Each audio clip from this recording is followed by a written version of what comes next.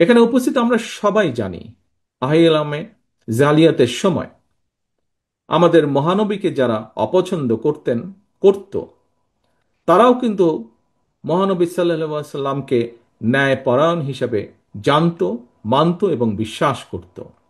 মহানবীর ন্যায়পরায়ণতা নিয়ে মুসলমান, অমুসলমান, বিশ্বাসী, অবিশ্বাসী কারো মধ্যেই কোনো সংশয় ছিল না। মহানবীর সেই ন্যায়পরায়ণতার আদর্শ সমুন্নত রেখে রাষ্ট্র এবং সরকার পরিচালনায় বিএনপির মূল মন্ত্র হবে ইনশাল্লাহ ন্যায়পরায়ণতা। মহানবীর ন্যায়পরায়ণতার আদর্শে উজ্জীবিত একটি ইনসাফ ভিত্তিক বাংলাদেশ গড়ার লক্ষ্যে আগামী নির্বাচনে বিএনপি দেশের সকল সম্মানিত ইমাম, খতিব, মুয়াজ্জিন, আলেম ওলেমা, পীর মাশায়েখদের দোয়া এবং সমর্থন চায়।